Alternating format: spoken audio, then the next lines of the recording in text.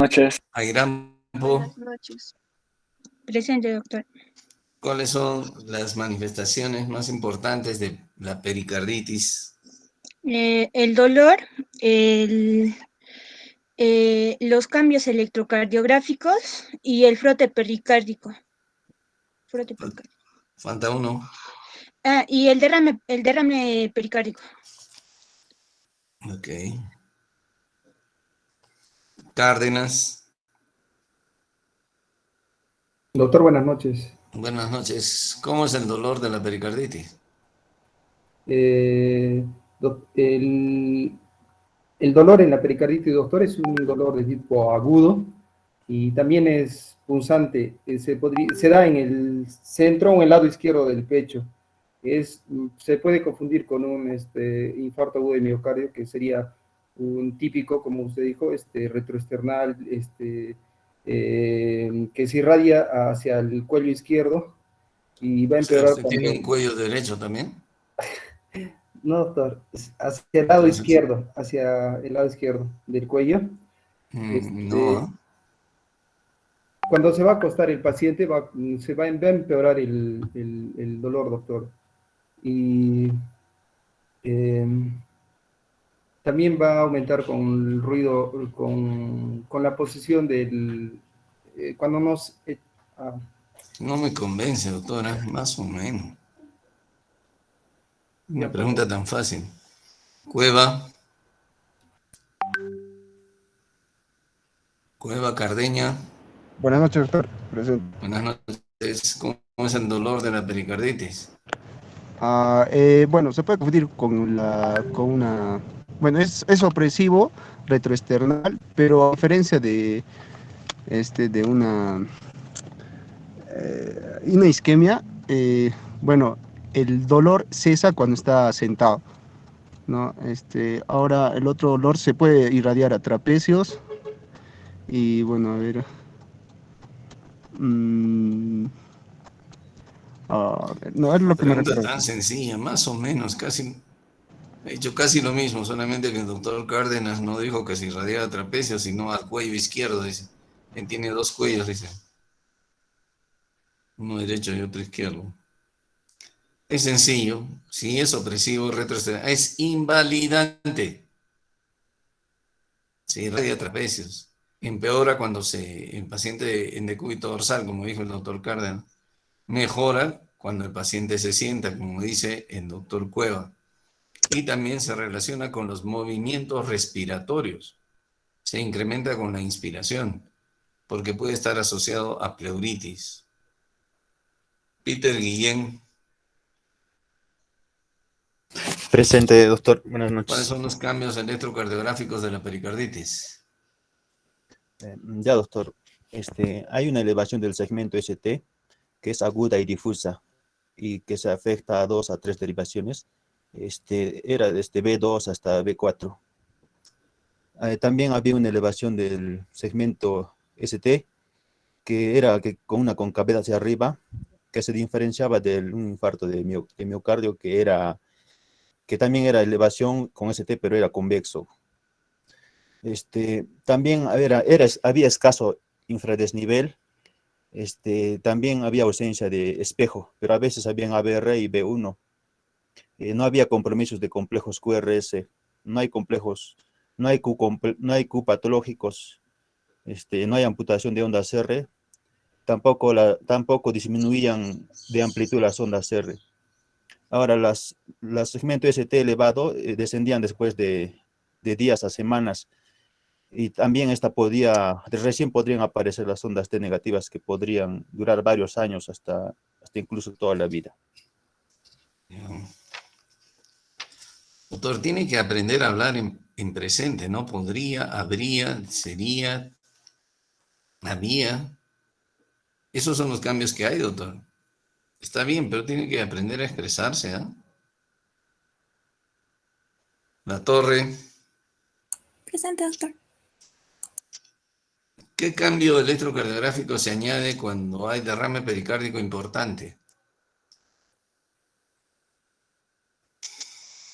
Sí, doctor. puede ver y alto voltaje, poco voltaje, doctor. No, es una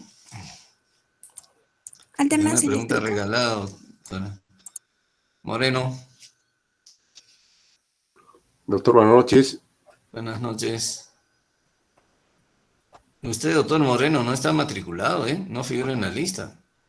Sí, doctor, estoy teniendo unos problemitas con la homologación y no ha salido la resolución hasta ahora, como está de vacaciones la secretaría.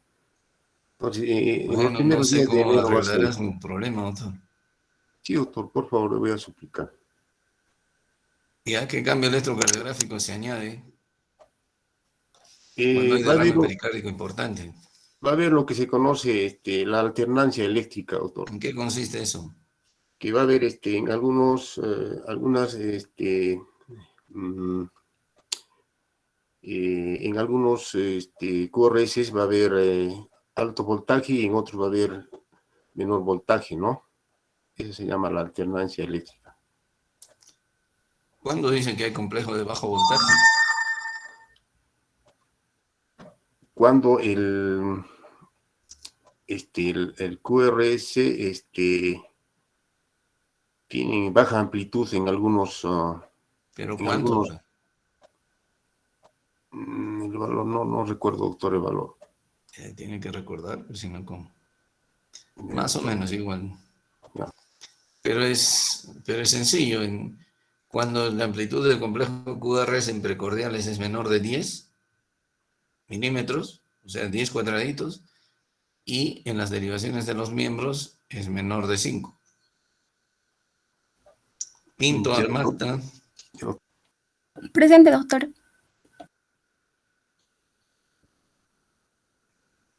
¿Qué tipo de congestión ocasiona el taponamiento cardíaco, de preferencia? ¿Qué tipo de congestión?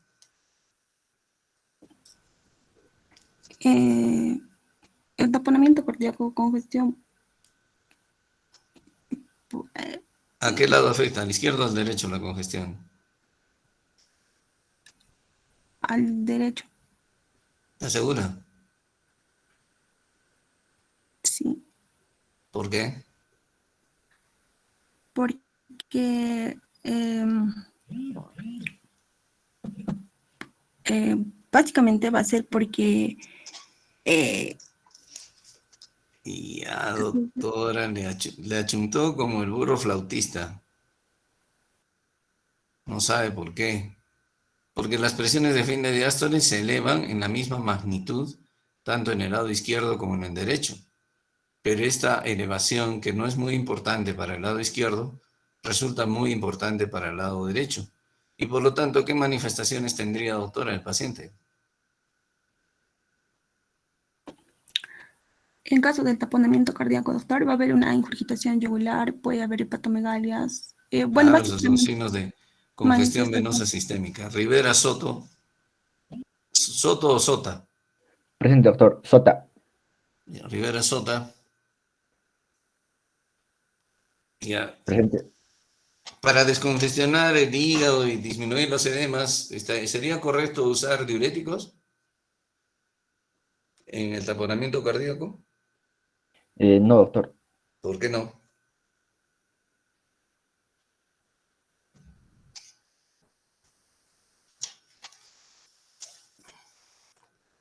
Otro que le achunta como el burro flautista. No sabe.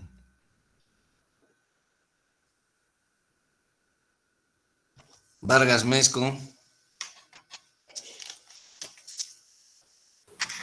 Presente, doctor.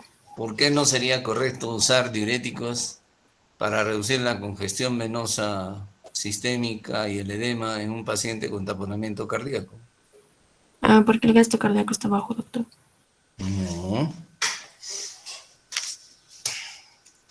Esa no es la respuesta, doctora.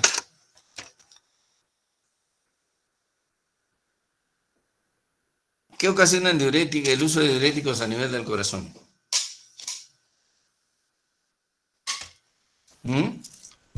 Disminución del potasio, doctor.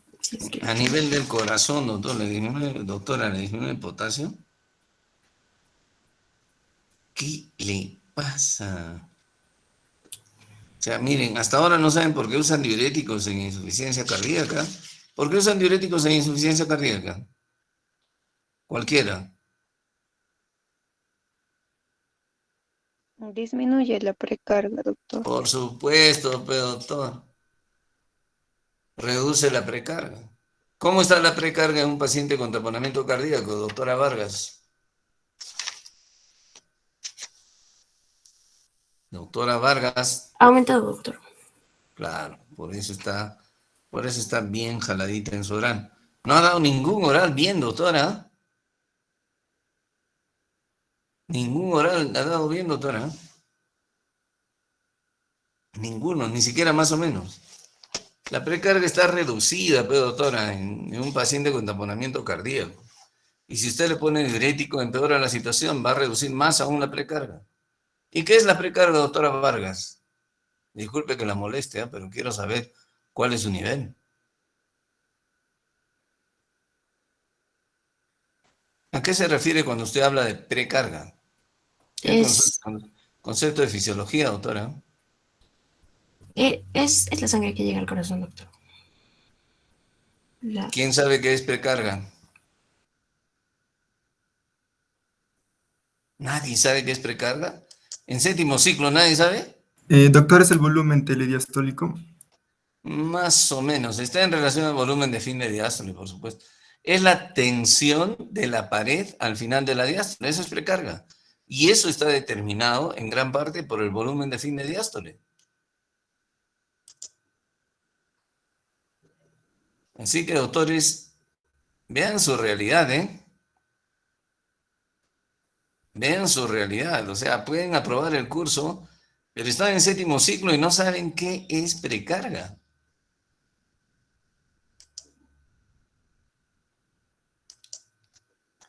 Puede resultar trillado, puede resultar, que nos amenaza como niños, pero eso que les dicen ustedes, no sé si les dirán, cómo les habrán educado, la educación ha bajado tanto su nivel, pero a mí mi maestro me decía algo que me parecía trillado. No copies porque tú solito te estás engañando, no mientas porque tú solito te estás haciendo daño, no hagas esto porque no te portes mal. Eso que nos parece trillado y que a mí mi maestro me decía, pues doctores, es verdad. Miren, ustedes están en séptimo ciclo. No saben qué es precarga. A ver, punto esto. Es cuestión de ustedes que tomen conciencia, si aprueban o dejan de aprobar. Solo uno sabe más o menos qué es precarga. Más o menos. Muy bien, creo que nos quedamos aquí, ¿no? ¿Aló? Ya se fueron, ya todos se enmudecen. Más adelante, doctor, estábamos. ¿Aquí? Sí, doctor. ¿Esto ya lo expliqué? Sí, doctor. ¿Esto? Eso nos falta, doctor. Ahí, nos falta bastante todavía. Muy bien, entonces, ¿qué es lo que hacemos frente a un paciente en el cual sospechamos embolia pulmonar? ¿No? Le aplicamos la escala que ya hemos aprendido. Si la escala es probable o tiene 2 puntos o más, le hacemos, y si está disponible la tomografía, pues lo que le hacemos es una angiotomografía inmediatamente, ¿no? Si la angiotomografía es positiva, entonces le damos tratamiento específico para embolia pulmonar. Si es negativa, entonces le buscamos otras causas de inestabilidad hemodinámica. Si no estoy en un sitio donde tengo tomografía, gracias a Dios, aquí en el Cusco todos ya tienen tomografía, pues la ecocardiografía me va a ayudar. Si hay sobrecarga de ventrículo derecho, entonces, y no hay ninguna otra prueba disponible, puedo asumir o puedo tratarlo como embolia pulmonar hasta que se demuestre lo contrario. Si no hay sobrecarga de ventrículo derecho, entonces le busco otras pruebas, ¿no? De manera que la ecocardiografía solamente la uso si no tengo tomografía, si no tengo angiotomografía. En caso de sospecha de embolia pulmonar sin shock y sin hipotensión. Perfecto, entonces aquí lo que hago es pedir un dímero D. Si el dímero D me viene negativo, pues no le doy. Si el dímero D me viene positivo, ahí le solicito tomografía. De modo que en una embolia pulmonar con shock o hipotensión ya no tengo que pensar ni en dímero D, ni en Doppler de miembros inferiores, ni siquiera en ecocardiografía inmediatamente. En una embolia pulmonar con shock o con hipotensión, tengo que pensar obligatoriamente en angiotomografía. En cambio, en una embolia pulmonar sin shock y sin hipotensión, si mi probabilidad es baja o intermedia o es probable, dímero D. ¿Por qué dímero D? Porque si viene negativo, entonces tengo que buscar otro diagnóstico. Si el dímero D me viene positivo, le pido una angiotomografía y si se confirma, lo tratamos. Si tiene una probabilidad alta de embolia pulmonar, o sea, 2 puntos o más, le hago tomografía, aun cuando esté sin shock, sin hipotensión. Muy bien, entonces, ¿qué dice la guía? En riesgo de embolia pulmonar o con sospecha de alto riesgo de embolia pulmonar de alto riesgo, como indica la presión estática, una ecocardiografía en la cama o una al pie de la cama, ¿no es cierto?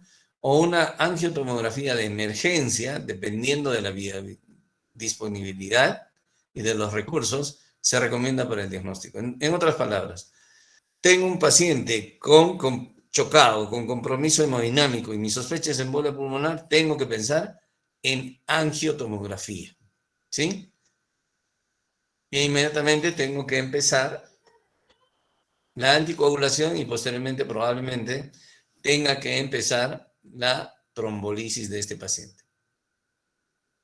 Es muy importante, ¿qué más? En sospecha sin inestabilidad hemodinámica, ahí utilizamos la regla de Wells que hemos aprendido, y aquí el utilizar los criterios validados para el diagnóstico de embolia pulmonar se recomienda, y eso es una recomendación bastante fuerte, ¿no?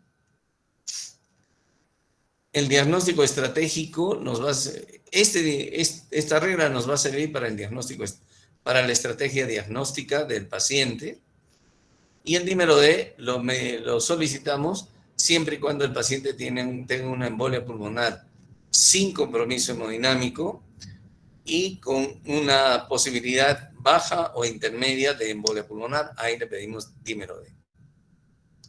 La angioplastía se recomienda para rechazar o afirmar el diagnóstico de tromboembolismo pulmonar. La angiotomografía, perdón, no la angioplastía, la angiotomografía. Luego, hay algunos pacientes en los cuales indiscutiblemente sabemos que son de alto riesgo, ¿no es cierto? Son los que tienen inestabilidad hemodinámica. Entonces, la estratificación del riesgo de un paciente con embolia pulmonar sospechada o confirmada debe estar basada en la presencia de inestabilidad hemodinámica para identificar pacientes de alto riesgo y de mortalidad temprana. Entonces, ¿qué es lo que marca el alto riesgo de morir en una embolia pulmonar? Es la inestabilidad hemodinámica, y eso se refiere a que haga shock, hipotensión y shock. A eso se refiere. En pacientes sin estabilidad hemodinámica se necesita mayor estratificación para ubicarlo en los sitios de categoría baja o intermedia, ¿no? Eso ya hemos aprendido mediante la escala de Wells.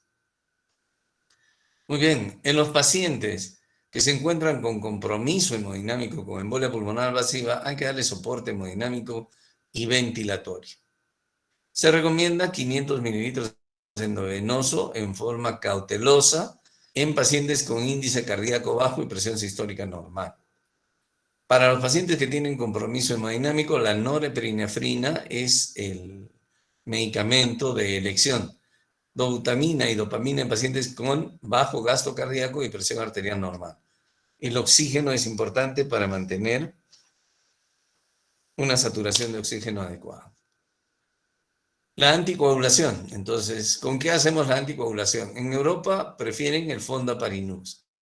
Todos los pacientes con embolia pulmonar masiva, moderada o pequeña deben ser anticoagulados. En Europa, como les digo, prefieren el Fondaparinux. Nosotros utilizamos generalmente enoxaparina en estas dosis. 1 miligramo por kilo cada 12 es lo más usado, o recomiendan aquí 1.5 miligramos por kilo una vez al día. En embolia pulmonar, sobre todo que no es masiva, también está indicado los nuevos anticoagulantes orales, son los anticoagulantes orales directos. Algunos de ellos están precedidos por un ciclo de enoxaparina, como por ejemplo el dabigatran, y el otro que está precedido con un ciclo de enoxaparina es el edoxaban. El apixaban y el rivaroxaban pueden utilizarse por vía oral sin estar precedidos por un ciclo de enoxaparina. Pero estos se utilizan preferencialmente en las embolias pulmonares pequeñas a moderadas. También se pueden utilizar posteriormente en las embolias pulmonares grandes, pero las embolias pulmonares grandes deben ser sometidas a revascularización inicialmente, ¿no? Muy bien. Se recomienda que la anticoagulación con heparina de alto peso molecular, incluyendo las dosis afectadas, ¿no?, sea empezada en los pacientes de alto riesgo. De alto riesgo, de bajo riesgo, de alto peso molecular, porque probablemente empecemos trombolisis. Se recomienda la terapia trombolítica sistémica en pacientes de alto riesgo, es decir, en aquellos pacientes con compromiso hemodinámico. La embolectomía quirúrgica se recomienda para los pacientes con compromiso hemodinámico en quienes la trombolisis está contraindicada o ha fallado. En resumen, en otras palabras, un paciente con una gran embolia pulmonar, compromiso hemodinámico, lo que tenemos que pensar es en trombolisis y después en anticoagulación, que puede ser con los nuevos anticoagulantes orales o que puede ser con la heparina de bajo peso molecular, seguida de nuevos anticoagulantes orales como el dabigatran y el edoxaban. Si el paciente no puede ser sometido a trombolisis o la trombolisis ha fallado, lo que se hace es una embolectomía, ¿no? La anticoagulación se recomienda sin retraso en los pacientes con alto riesgo o probabilidad, con alta probabilidad o moderada probabilidad de embolia pulmonar mientras el trabajo diagnóstico progresa. Es decir, si yo pienso en embolia pulmonar, ya sea masiva o moderada, igual le debo empezar con anticoagulación. ¿Con qué anticoagulación? Con la heparina de alto peso molecular, no la de bajo peso molecular. Si la anticoagulación se inicia parenteralmente, la heparina o el Fondaparinux se recomienda en la mayoría de los casos sobre la heparina de alto peso molecular para la mayoría de los pacientes. Esto está en relación, esta recomendación de la heparina de alto peso molecular está en relación a la posibilidad de empezar rápidamente terapia trombolítica, como dice aquí, ¿no? Pero podemos empezar con Fondaparinux, heparina de bajo peso molecular, o incluso la heparina de alto peso molecular. Cuando se comienza la anticoagulación por vía oral, en los pacientes con embolia pulmonar, es preferible elegirle un anticoagulante directo, apixaban, dabigatran, edoxaban o rivaroxaban, antes que un antagonista de la vitamina K. ¿Cuál es el antagonista de la vitamina K? La warfarina en nuestro país. Cuando los pacientes son tratados con antagonistas de la vitamina K, ¿no es cierto?, se recomienda mantener el INR en 2.5. Los anticoagulantes directos no están recomendados en pacientes con enfermedad renal severa, en el embarazo ni en la lactancia y en pacientes con síndrome antifosfolipídico. Entonces, respecto del tratamiento de reperfusión, revascularización, la terapia trombolítica se recomienda para los pacientes con compromiso hemodinámico y que estén recibiendo además tratamiento de anticoagulación. En resumen, ¿a quiénes únicamente les doy trombolisis? a los pacientes con embolias pulmonares grandes o a los pacientes que tengan compromiso hemodinámico. La mayoría de veces una embolia pulmonar grande relaciona con compromiso hemodinámico, pero puede haber una embolia pulmonar moderada en un paciente con insuficiencia cardíaca y esto produciría compromiso hemodinámico y ahí también hay que trombolizar al paciente. En el resto, el tratamiento es básicamente anticoagulación. Como ven ustedes, el uso rutinario de trombolisis sistémica no se recomienda en los pacientes con bajo riesgo o riesgo intermedio de embolia pulmonar. O sea, no debemos utilizar, si el paciente no tiene compromiso hemodinámico, no está indicado utilizar trombolisis. Nuevamente, entonces, ¿qué hago frente a un paciente con embolia pulmonar? Me pregunto, ¿tiene shock o hipotensión? Si tiene shock o está hipotenso, entonces el algoritmo diagnóstico que hemos dicho, ¿cuál es? Me voy a la tomografía, la confirmo y le doy reperfusión primaria, es decir, lo trombolizo. Si no está hipotenso, entonces, ¿qué hago? El algoritmo, le hago el dímero D. Si el dímero D me viene negativo, entonces no le doy tratamiento de embolia pulmonar. Si lo confirma y le hago una tomografía, le doy tratamiento de embolia pulmonar. Y entonces ahí, fundamentalmente, es anticoagulación, no es trombolizarlo. Muy bien, luego determino si mi paciente es de riesgo bajo o de riesgo intermedio. ¿Qué me va a decir si es de riesgo intermedio? La función del ventrículo derecho o las pruebas de laboratorio. ¿Qué pruebas de laboratorio? Troponinas o péptidos natriuréticos. Si mi función del ventrículo derecho está comprometida y las pruebas de laboratorios me dicen que la troponina está incrementada y que los péptidos natriuréticos están incrementados, entonces es de riesgo intermedio o alto. Y ahí tengo que seguir usando anticoagulantes y tengo que considerar una reperfusión de rescate. Si no tiene nada de eso, no hay compromiso de ventrículo derecho, no elevó troponinas, no elevó péptidos natriuréticos, le doy solamente anticoagulantes. Si mi paciente no ha podido recibir ni trombolíticos o tiene contraindicado utilizar trombolíticos, le hago una embolectomía, que puede ser quirúrgica o puede ser mediante aspiración del trombo. Observen, tremendo trombo gigante. El problema es que cuando el paciente va a intervencionismo o a cirugía, el pronóstico empeora muchísimo. Por eso es muy importante prevenir estos fenómenos de tromboembolismo venoso. Y es muy importante identificar los pacientes que tienen riesgo de tromboembolismo venoso, de trombovenosa profunda y de embolia pulmonar.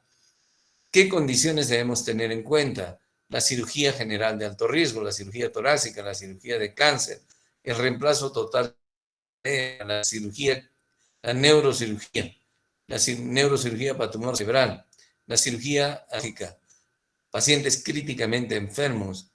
Si la anticoagulación está contraindicada, entonces a ellos hay que hacerles vendaje de miembros inferiores o el uso de botas neumáticas, ¿no?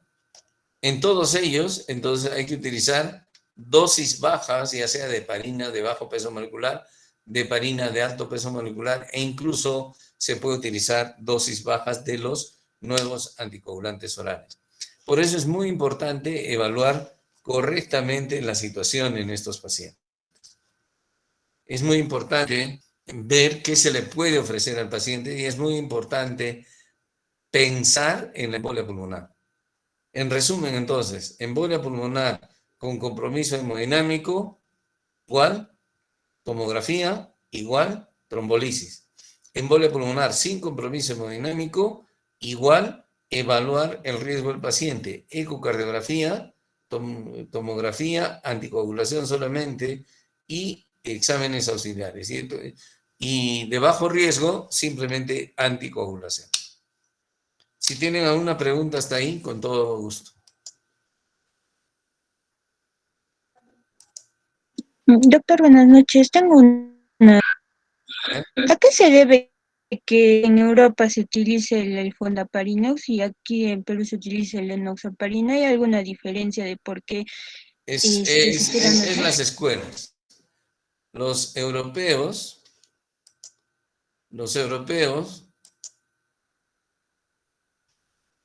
¿están viendo mi pantalla?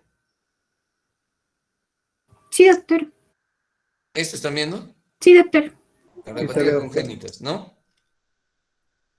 Sí, doctor, se está viendo su pantalla el PowerPoint. Ya. Es cuestión de escuelas, pero los europeos basan en su preferencia que el Fundaparinux tiene menos efectos hemorrágicos y produce menos plaquetopenia que la enoxaparina. A eso se debe. Muchas gracias, doctor. ¿Alguna otra pregunta? Doctor, buenas noches. Hola. Si estoy en una posita y tengo un riesgo de tromboembolia pulmonar, no tengo la tomografía, ¿qué podría hacer, doctor? De frente podría darle, o sea, ¿cuál sería mi manejo, doctor? ¿Referirlo simplemente o Su manejo sería pues como el de hace 50 años, ¿no? Si usted está en una posta, está bien, y tiene sospecha de embolia pulmonar, pues sáquenle un electrocardiograma por lo menos. Y si tiene sospecha de embolia pulmonar, pues empiécele la anticoagulación y transfiéralo. ¿Y cómo le empieza la anticoagulación? En una posta es muy probable que usted no tenga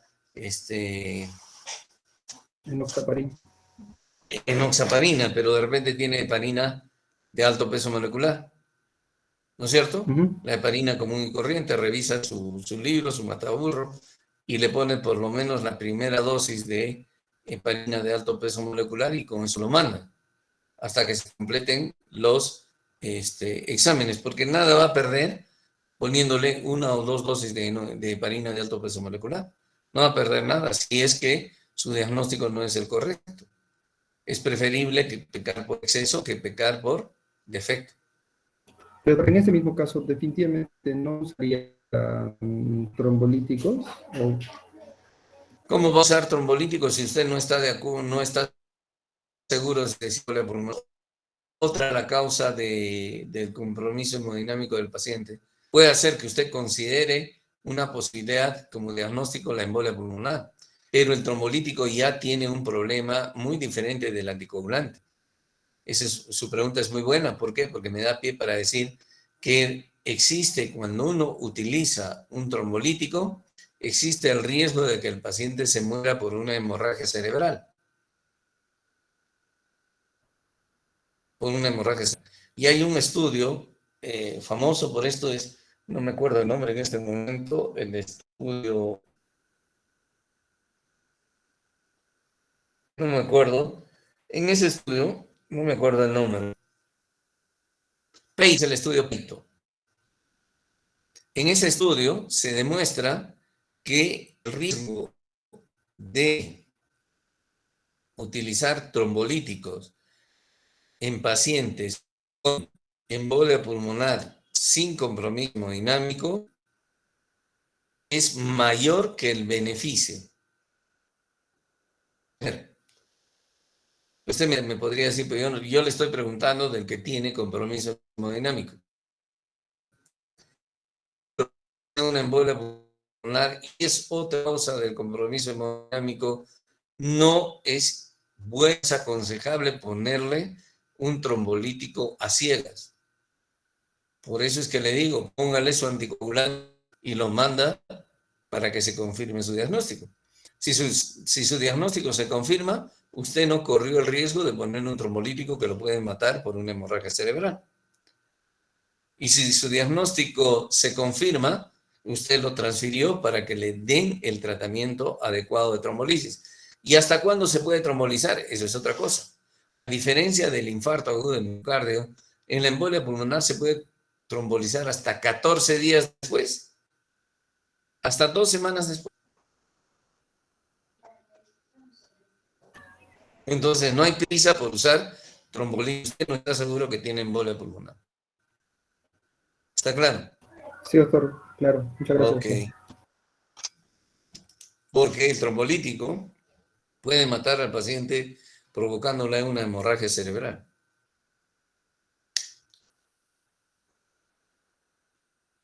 ¿Alguna otra pregunta? Doctor, buenas noches. Sí. Doctor, acerca de la regla de Wells, ¿es suficiente que manejemos solo la versión simplificada? Sí. No la original, ¿no? Sí. Perfecto, doctor. Muchas gracias. Es suficiente, es útil y está validado. Está estadísticamente validado. ¿Alguna otra pregunta? Doctor, buenas noches. Yo tenía una usted dijo que las venas varicosas, no había un tratamiento específico o No. un tratamiento así curativo, ¿no? Sí. Pero yo escuché, doctor, que había un tratamiento, ¿no? Quisiera saber si esto sirve o no. Un tratamiento llamado escleroterapia, que consistía La en la escleroterapia no le cura a varices. La escleroterapia consiste en inyectar sustancias esclerosantes en una vena varicosa. Primero, se mete la aguja y se aspira el trombo, si es que existiera. Y luego se pone la sustancia esclerosante. Eso endurece esa vena y ya no se va a dilatar. Pero eso no evita que vuelvan a aparecer otras varices en otro lado. Gracias, doctor. Eso evita que esa vena se siga dilatando. Eso es todo. Y no se puede hacer en todas las venas varicosas. O sea, eso tiene que hacerlo un especialista. En general, la terapia de las varices, la terapia intervencionista o de las varices, tiene dos indicaciones. La primera es cuando tienen las úlceras varicosas que les he mencionado, las úlceras debido al síndrome postflevítico. Ahí sí, la cirugía ha demostrado que mejora. Y dos, la otra razón para cirugía de varices o intervención es la estética. O sea, para que las piernas no se vean feas. Pero tienen que ser sinceros con el paciente, ¿no? El tratamiento de la cirugía de varices es el mayor ingreso de los cirujanos cardiovasculares. Y es un tratamiento bastante sencillo, pero desde el punto de vista quirúrgico, pero nadie les dice a las pacientes que eso no les va a curar. Que lo mejor es evitar que aparezcan las varices. O sea, si yo sé que familiarmente, pero yo no soy mujer, pero si yo fuera mujer y sé que familiarmente estoy predispuesto a varices, entonces tengo que cuidar mi peso, no usar anticonceptivos orales, no usar ropa muy ajustada, ¿no es cierto? Tengo que hacer ejercicio y no usar, y si estoy estudiando medicina, pues no escoger especialidades que me mantengan de pie horas de horas, ¿no?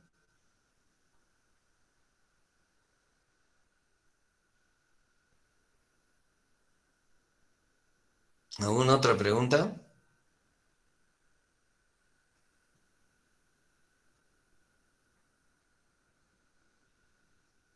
¿Aló? Sí, se le escucha, doctor. Ya, si ya no hay más preguntas, ya son más de las 7, entonces nos vemos mañana en el examen y el lunes continuamos con esto. Muchas gracias, doctor. Le deseamos de parte de todos mis compañeros una feliz Navidad, doctor. Oiga, igualmente, una feliz Navidad para ustedes, un gran abrazo, aunque no tengo el gusto de conocerlos personalmente, pero vuelvo a repetirles, pongan las narices las barbas en remojo. No es, en algún momento, muchachos, se van a ver enfrentados a la realidad. En algún momento van a ustedes estar frente al paciente. No crean que medicina no los va a obligar a estar frente a un paciente. En algún momento, así no quieran ser médicos asistenciales. De repente van a querer ser médicos administrativos. A mí no me interesa, yo quiero ser gerente, director de un hospital. Pero y el internado, y el serum, y tienen que saber lo básico. ¿Ya? Una feliz Navidad. Gracias por sus deseos. Un gran abrazo a todos ustedes. Que Dios los bendiga y sigan estudiando. Pues. Nos vemos mañana. Muchas gracias, doctor. Hasta mañana. Gracias, doctor. Gracias, doctor. Chao, feliz Navidad. Feliz Navidad, doctor. Un gran abrazo. Feliz Navidad. Feliz Navidad. Chao, un abrazo fuerte para todos y para todas. Para todas.